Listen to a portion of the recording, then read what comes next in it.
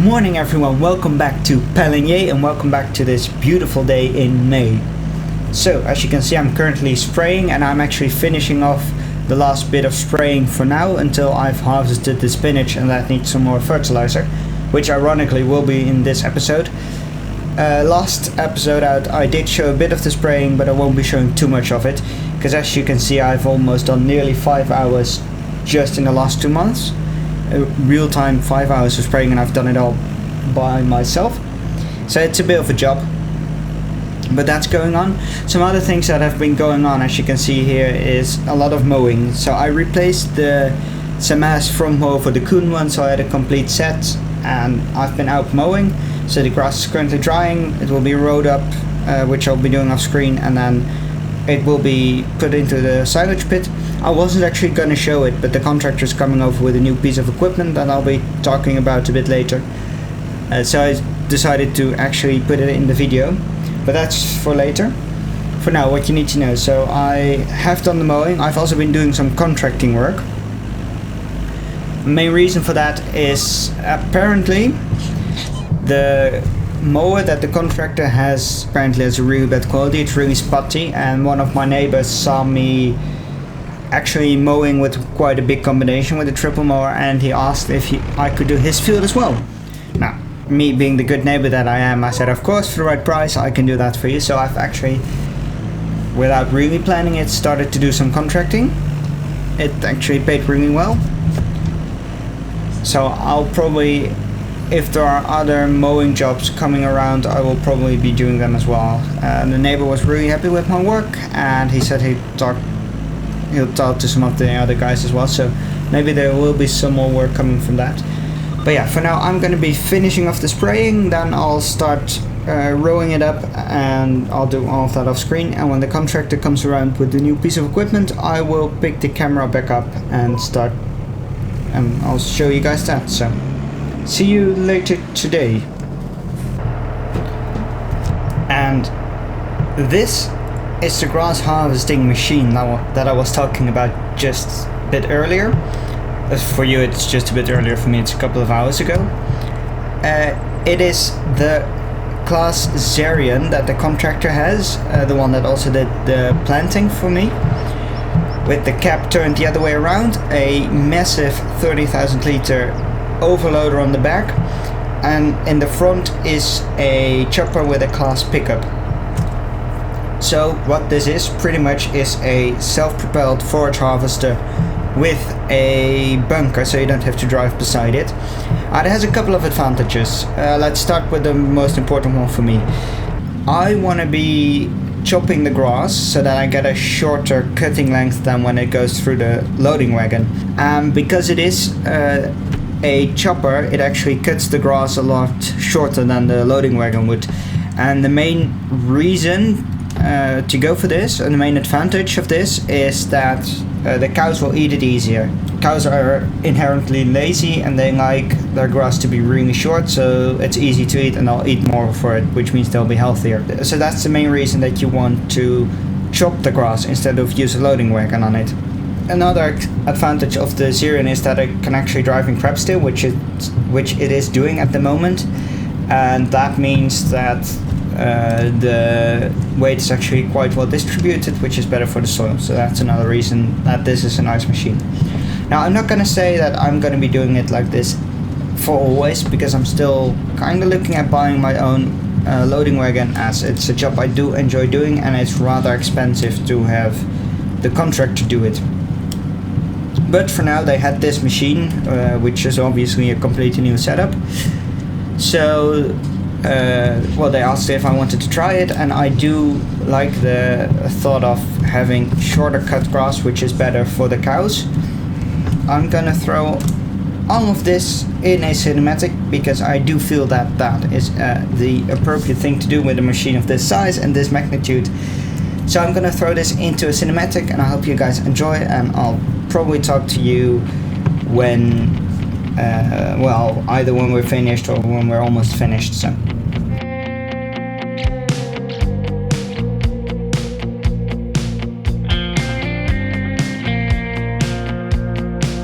do you think about me sometimes?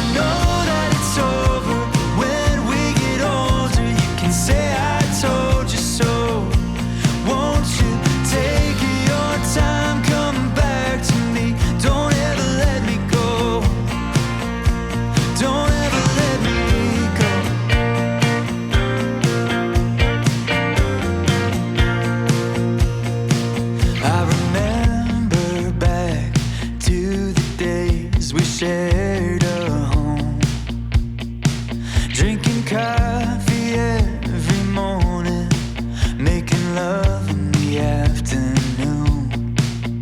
But the autumn came and blew away the things I thought I knew. 'Cause I never thought I'd see the day I'm a stranger to you. Take your time, come back to me, don't ever let me go. I'll give you anything you need, yeah, we can take it slow. And I know that it's over, but when we get older, you can say I told you so. Won't you take your time, come back to me, don't ever let me go. Don't ever let me go.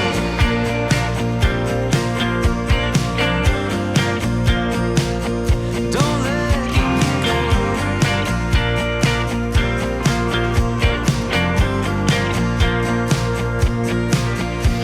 Take your time, come back to me, don't ever let me go. Take your time, come back to me, don't ever let me go. And that is all of the silaging done, at least for the first cut. I hope the cinematic came out quite well, because it was a bit of a nightmare to film, because the machine is just difficult to control. The grass quality is good, don't get me wrong about that, but the amount of work that went into it, and the fact that you still need 2 trailers to cart, because the one trailer that was driving could not keep up with like the forager, makes me wonder if it's worth running this in the future or just getting a loading wagon and doing it myself, because that seems like the easier thing to do. Yeah, so it's almost 280,000 liters, which is a bit less than last year if I remember correctly, but yeah, oh well, it is what it is. So that can now be covered over, and I'm gonna be heading out. Now I do need to spread slurry on those grass fields. I think I'm gonna have a quick look at that, but I might not actually, and just save the slurry for on the spinach field. But yeah, for now I'm gonna call it a day. It's 8 o'clock, it's late in the night, so I've had my fun, and I'll pick the camera back up when we're spinach harvesting, which will still be in this episode. So for you it'll be just a couple of, well, seconds probably, but for me it will be a couple of days. See you when the spinach harvester has started.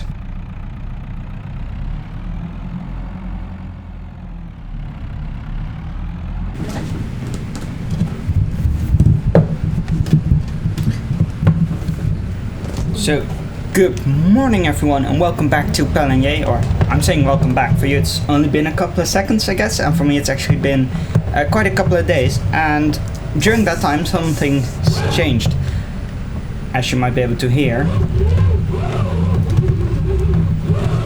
I got a new steering wheel. I upgraded to the Thrustmaster T248, which is a really cool wheel. Although it does have its downsides, because I don't have the farm stick yet. Things like gear shifting are a bit clunky, and as well using a front loader is a bit annoying, because I need to use like the gear down, the pedal for gearing down, which you can hear there. But the downside to using that one is that because I have a 900-degree steering rotation, I can't actually always keep it pressed in whilst using the front loader, so that takes a bit of getting used to. But once I've upgraded to the farm to include the farm stick as well, that should all be out of the past. I do have to say I really like the wheel. Like, the throttle control is much more precise than it was on my old Hori steering wheel. The steering, because it's 900 degrees, is much more precise. I can actually drive a car properly now in Farming Simulator, which is something I have never been able to do. By the way, whilst I'm talking, I'm actually driving up to the dealership to pick up a tipper trailer, which I've leased for till November for the harvesting period. So that chantier there is mine to use for the time being, just because the tipper I have is really small and a pain to use. Now the force feedback is a takes a bit of getting used to. Luckily the Thrustmaster can actually put the force feedback all the way down, so it's not that bad. And it kind of reminds me of the real life tractors I've driven as well. But yeah, what an upgrade this is. I'm so happy I got this. The contractor's already up at the field waiting for me to start, because I asked him to do that. I'm now driving up there and I'll be throwing the first bit of spinach harvest into a time lapse, and then after that I'll probably throw the second field in a cinematic or something and catch up in between with you guys. But for now, enjoy the time lapse.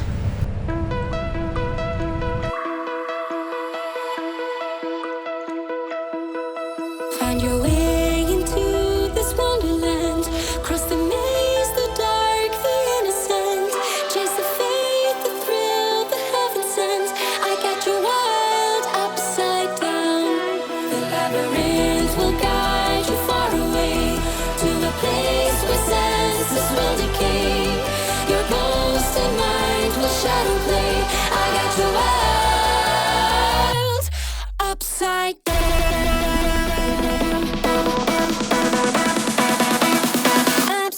down.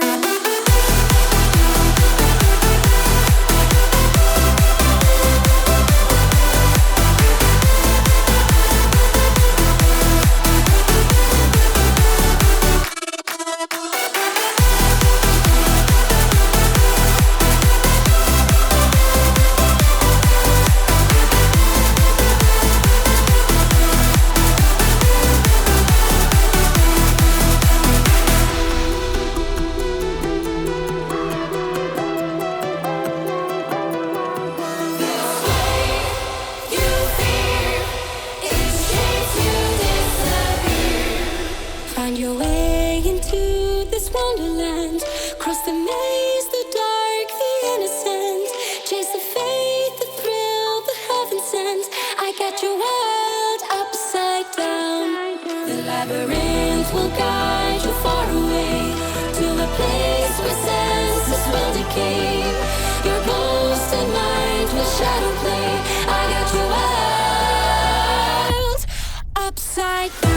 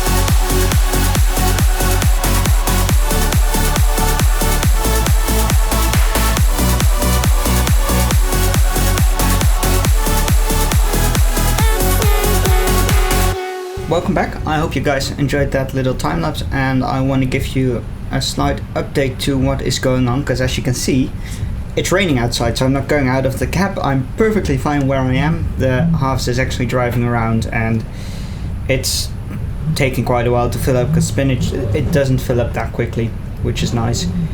Now, as I said, it's raining at the moment, which normally would be a problem if you're harvesting, for example, cereals, grains, anything that goes through a combine, or something like potatoes that actually can't stand the rain and they'll rot really easily. Spinach is a different story because it's a leafy vegetable and you cut off the leaves and they get processed immediately. It doesn't really matter if they're wet or not, or if they're perfectly dry, or if it was sun was shining, or whatever happened to it. Which is actually quite nice, because that means that I can just be working away in the rain, sitting nicely dry in my cab, waiting for the harvester to fill up. So, welcome back guys. As you can see, we're just finishing off the last triangle on the field. It's 6:30 in the afternoon. Rain has passed, it's nice and dry again. And That's much better. And we're finishing off the field. I might actually have a look at the harvester, because I'm not quite sure. Actually, for those who've never seen this harvester in action, it's pretty much a cutter bar on the bottom and a rake, header thingy on the top, and it just cuts the. Sorry, mate. It just cuts the leaves off, rakes them in. The top piece there in front of it is a blower to help it blow it in, and then it collects them in the massive bunker behind it, which can hold 35,000 liters. So I'm back at the farm from selling the last bit of the spinach from today's harvest, and I have all the stats for you. So for those who don't know, you're selling spinach straight off the field, as you can't store it because it's leafy vegetable that needs to be processed quickly. So from the 2 fields that we harvested, which had a total area of about 4.58 hectares, we made in total 64,228 euros. And that comes down to about 14,000 euros per hectare from just one cut. Remember, there is going to be a second cut of spinach, and the price, I've looked at the fluctuations, they should be a bit higher, so I'm hoping the second cut might come down to at least 14, probably 50,000 euros a hectare, making the total profit estimated between around 28,000 euros a hectare for the year, which is quite good. Now, looking at the yield map, you can actually see that the yield could have been a bit better. The best spots had a yield of around 110%, or around 35 tons a hectare. The worst bits were about 80%, so that's a slight downside. But overall, I'm happy with the yield, as it does actually line up with the field map that you can see here. So we have a big piece of loamy sand throughout the field, and that's also what yielded the poorest. So it's understandable, although it's still annoying.